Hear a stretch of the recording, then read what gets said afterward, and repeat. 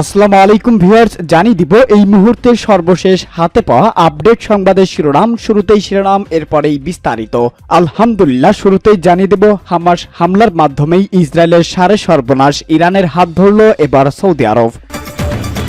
পরেই জানিয়ে দেব ইসরায়েল অবিলম্বে সামরিক পদক্ষেপ বন্ধ না করলে পুরো মধ্যপ্রাচ্য নিয়ন্ত্রণের বাইরে চলে যেতে পারে বলে সতর্ক করেছেন ইরান।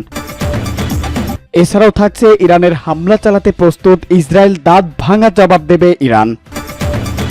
এছাড়াও জানিয়ে দেব গাজায় হামলা নিয়ে এবার ইসরায়েলকে হুঁশিয়ারি প্রেসিডেন্ট ইব্রাহিম রাইসির। সর্বশেষ জানিয়ে দিব ইরান ইসরায়েলের পাল্টাপাল্টি মিসাইল হামলা, যা বলল শীর্ষ মার্কিন কমান্ডার। শুনছিলেন সংবাদ শিরোনাম, এখন বিস্তারিত। তবে তার আগে ভিডিওটিতে একটি লাইক ও কমেন্টস করে এই সংবাদ সম্পর্কে আপনার মূল্যবান মতামত জানিয়ে দিন। সবার আগে ইসরায়েল এবং ফিলিস্তিন যুদ্ধের আপডেট পেতে চ্যানেলটি সাবস্ক্রাইব করুন।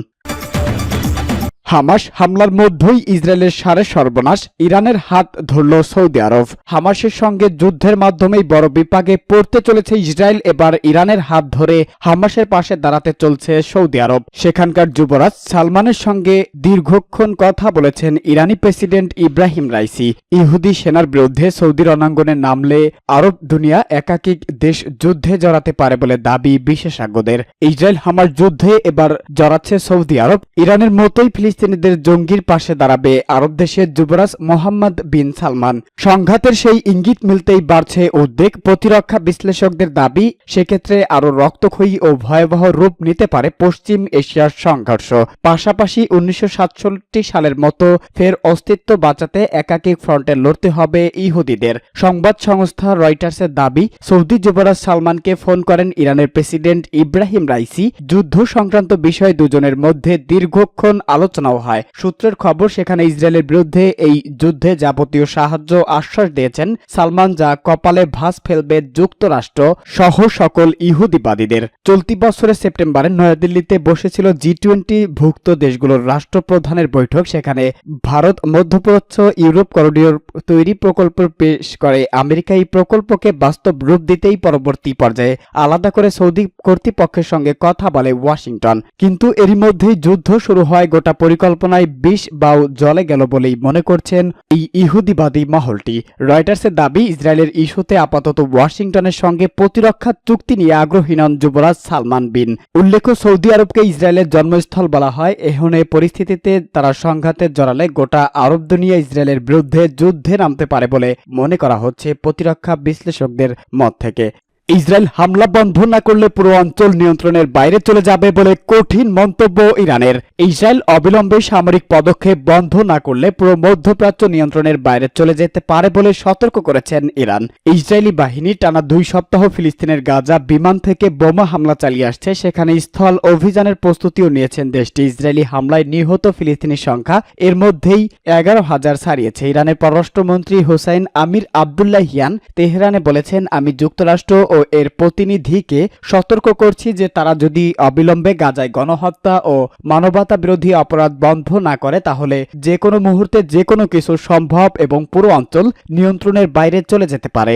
গাজায় ইসরায়েলের হামলা শুরু থেকেই এই সমালোচনা করছে ইরান। তাছাড়াও ইরানপন্থী লেবানন ভিত্তিক সশস্ত্র গোষ্ঠী হিজবুল্লাহ এই সংঘাত শুরু থেকে ইসরায়েলের উত্তর অঞ্চলে সীমান্তবর্তী এলাকা হামলা চালাচ্ছে। তাদের অব্যাহত হামলার মুখে আজ সকালে ইসরায়েলি বাহিনীর লেবানন সীমান্ত এলাকাগুলো থেকে আরও অনেক মানুষকে সরিয়ে নিয়েছে। এই পরিস্থিতিতেই ইসরায়েলের সুরক্ষায় এই অঞ্চলের সামরিক শক্তি বাড়াচ্ছে যুক্তরাষ্ট্র। ইতিমধ্যে ইসরায়েলের কাছাকাছি এলাকায় ভূমধ্য সাগরে একটি রণতরী মোতায়েন করছেন তারা। লোহিত সাগর মোতায়েন করা মার্কিন যুদ্ধজাহাজ USS কার্নি সম্প্রতি ইয়েমেনের হিতুদের ছোড়া ক্ষেপণাস্ত্র আটকে দিয়েছেন বলে দেশটির কর্মকর্তারা জানিয়েছেন। ইরানের সমর্থন পুষ্ট। এর বাইরেও ইরাকেও একটি মার্কিন ঘাঁটিতে ইরান সমর্থিত গোষ্ঠীগুলো ড্রোন ও রকেট হামলা চালিয়েছেন। ইরানে হামলা চালাতে প্রস্তুত ইসরায়েল, দাঁত ভাঙা জবাব দিবে ইরান। ইসরায়েলের প্রতিরক্ষা মন্ত্রী বলেছেন তার দেশ সেনাবাহিনী ইরানে হামলা চালাতে জন্য প্রস্তুত। এর আগে ইসরায়েলের প্রধানমন্ত্রী বেনিয়ামিন নেতানিয়াহু ইরানকে দেখে নেওয়ার হুমকি দেন। এদিকে হামলা চালানো হলে দাঁত ভাঙা জবাব দেওয়া হবে বলেও হুঁশিয়ারি দিয়েছেন ইরান। আল জাজিরার খবরে বলা হয়েছে, ইসরায়েল এমন এক সময় এই হুমকি দিচ্ছে যখন ইরানের সঙ্গে তাদের চরম উত্তেজনা বিরাজ করছে এবং হামাস ও হিজবুল্লাহর সঙ্গে তাদের যুদ্ধ অনবরত চলছে। ইসরায়েলের প্রধানমন্ত্রী বেনিয়ামিন নেতানিয়াহু স্থানীয় এক গণমাধ্যম প্রশ্ন করেন, ইরানে হামলার জন্য ইসরায়েল প্রস্তুত কিনা? জবাবে মন্ত্রী বলেন, হ্যাঁ, অবশ্যই ইসরায়েল প্রস্তুত। ইসরায়েল একাধিক ফ্রন্টে যুদ্ধের জন্য প্রস্তুত। এখানে ইরানকে সংশ্লিষ্ট করা যাবে।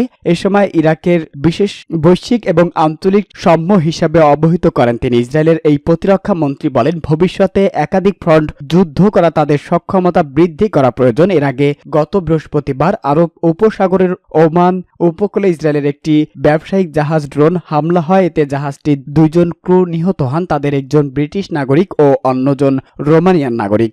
ইসরায়েলের হুমকির জবাবে ইরান বলেছেন, প্রতিরক্ষা নীতিতে শত্রুদের যে কোনো হঠকারী পদক্ষেপ তাৎক্ষণিকভাবে এবং গুরুতর ও শক্তিশালীভাবে জবাব দেওয়া হবে বলেও হুঁশিয়ারি দিয়েছেন ইরান। ইরানের বিপ্লবী গার্ড বা আইআরজিসি প্রধান কমান্ডার মেজর জেনারেল হোসাইন সালাম পারস্য উপসাগরের হরমুজ প্রণালী মোতায়েনে আইআরজিসির নৌসেনাদের যুদ্ধর প্রস্তুতির পরিকল্পনার পর এই সতর্কতা উচ্চারণ করে তিনি বলেন, ইসরায়েলের প্রতি ইঙ্গিত করে জেনারেল হোসাইন সালামি বলেন, ইরানকে হুমকি দিয়ে যারা কথা বলছেন, বিশেষ করে দখলদার ইসরায়েলের জেনে রাখা উচিত যে কোনো স্থানে যে কোনো মাত্রা হামলার দাঁতভাঙা জবাব দিতে তেহরান যে কোনো সময় প্রস্তুত। তিনি আরো বলেন, ইরানের স্বার্থে আঘাত হানা হবে অথচ তেহরান তার জবাব দেবে না, এমন দিনের অবসান হয়েছে। ইরানের শত্রুরা যেন আর কোনোদিন সেই দিনগুলো ফিরে আসার স্বপ্নে বিভোর না হয়। ইসরায়েলের নজিরবিহীন হামলা চালিয়েছে ফিলিস্তিনের স্বাধীনতাকামী সশস্ত্র গোষ্ঠী হামাস। আর এই হামলার জেরেই গত মাস থেকেই অবরুদ্ধ গাজা ভূখণ্ডে প্রতিশোধমূলক হামলা চালাচ্ছে ইসরায়েলি বাহিনী। গাজার চলমান হামলা নিয়ে ইসরায়েলকে হুঁশিয়ারি দিয়েছেন ইরান। খবর আল জাজিরার। ইরান হুঁশিয়ারি দিয়ে বলেছেন, ইসরায়েল যদি অবরুদ্ধ গাজা ভূখণ্ডে বোমাবর্ষণ অব্যাহত রাখে তাহলে চলমান সংঘাত অন্যান্য ফ্রন্টেও শুরু হতে পারে। প্রতিবেদনে বলা হয়েছে, গাজায় যদি ইসরায়েলি বোমাবর্ষণ অব্যাহত থাকে তবে চলমান যুদ্ধ অন্যান্য ফ্রন্ট থেকে শুরু করে সব ধরনের ফ্রন্ট বদলে দিতে পারে চেহারা। পররাষ্ট্রমন্ত্রী হোসাইন আমির আবদুল্লাহিয়ান বলেছেন। আর এর মাধ্যমে তিনি লেবাননের সশস্ত্র প্রতিরোধ গোষ্ঠী হিজবুল্লাহর কথাই উল্লেখ করেছেন। আল জাজিরার প্রতিবেদনে বলা হয়েছে, হোসাইন আমির আবদুল্লাহিয়ান গভীর রাতে বৈরুতে পৌঁছান। সেখানে লেবাননের কর্মকর্তাদের পাশাপাশি হামাস এবং ফিলিস্তিনি ইসলামী জিহাদের প্রতিনিধিরা তাকে স্বাগত জানান।